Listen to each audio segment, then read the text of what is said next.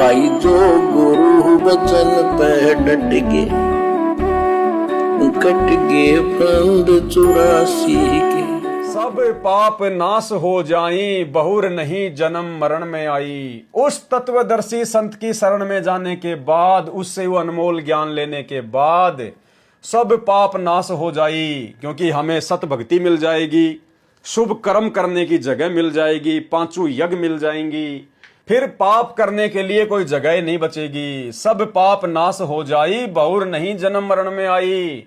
फिर 84 लाख योनियों में नहीं भटकना पड़ेगा।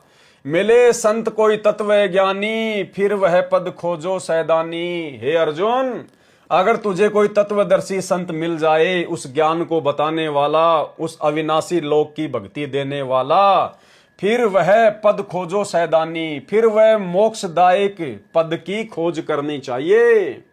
भाई और बहनों, आप और हमारा सौभाग्य कि आज हमें तत्वदर्शी संत के रूप में खुद कबीर परमात्मा आकर मिल चुके हैं।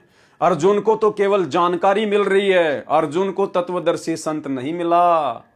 और आप और हमें तो तत्वदर्शी संत मिल गया, वो कबीर भगवान मिल गया। और उससे भी बड़ा सौभाग्य हमें आज उनकी शरण मिल गई। मिले संत कोई तत्व ज्ञानी, फिर वह पद खोजो सैदानी। सैदानी पद यानी मोक्ष मार्ग। जहां जाए कोई लौट न आया, उस सतलोक में जाने के बाद में फिर कोई लौट कर वापस नहीं आया। जिन यह संसार वृक्ष निर्माया। अब देखो भाई और बहनों, बहुत सारी बातें हैं, ये अध्यात्म है। परमात्मा बुद्धि खोलते जाएंगे, हम समझते जाएंगे, दृढ़ होते जाएंगे। अब भाई और बहनों, यहां परमात्मा ने स्पष्ट कर दिया कि एक बार सतलोक जाने के बाद फिर कोई जीव आत्मा लौट कर नहीं आती। क्या कह रहे हैं? जहां जाए कोई लौट न आया, उस सतलोक में जाने के बाद फिर कोई लौट कर नहीं आता।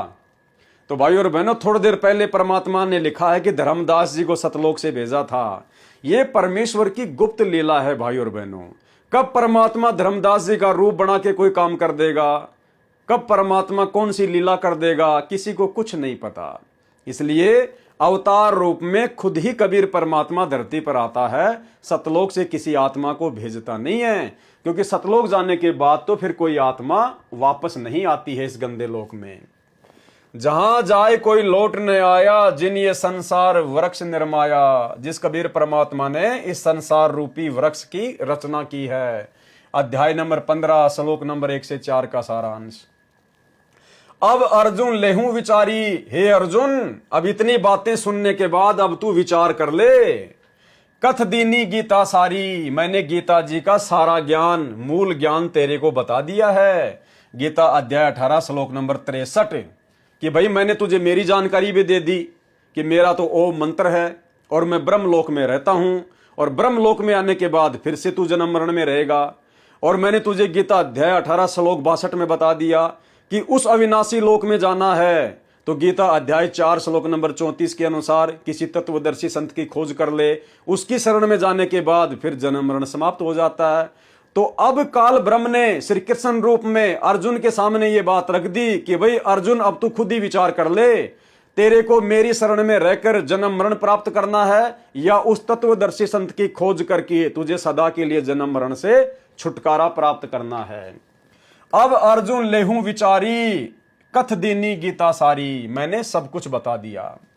गुप्त भेद बताया सारा, तू है मोकू आजिज प्यारा। हे अर्जुन, मैंने तेरे को गुप्त भेद बता दिया है, क्योंकि तू मेरा विशेष प्यारा है, तू मेरा प्रिय भगत है।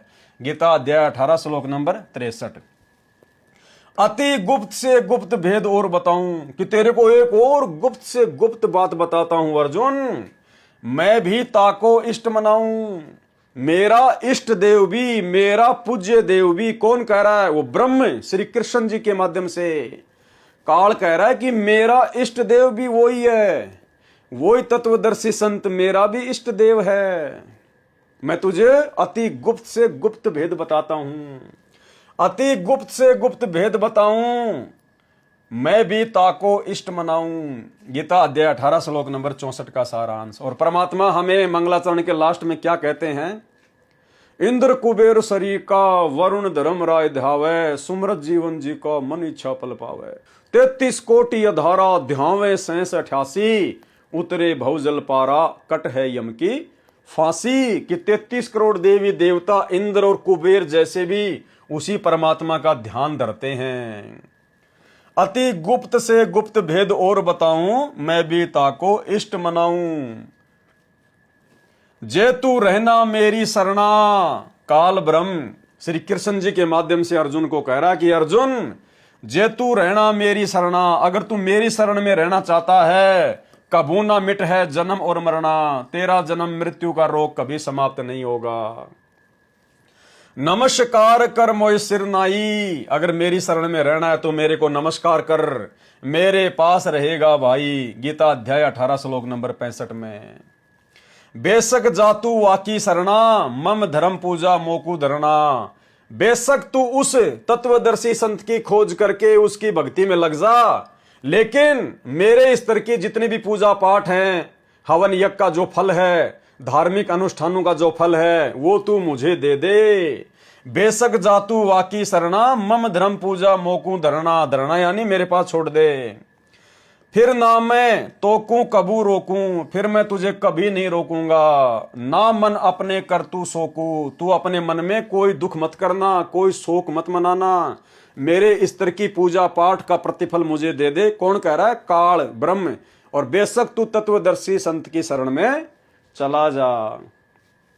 और अनेक श्लोक सुनाया, सुन जिंद एक प्रश्न उठाया। अब धर्मदास जी ने और बहुत सारे श्लोक सुनाए, और ये सारी बातें सुन के कबीर परमात्मा सतगुरु रामपाल जी भगवान ने, जो कि जिंदा महात्मा के रूप में थे, उन्होंने धर्मदास जी से एक सवाल किया। जो गुरु बचन पे डट के, कट गे फंद 84 के, कट गे फंद 84 के, कट गे फंद 84 के।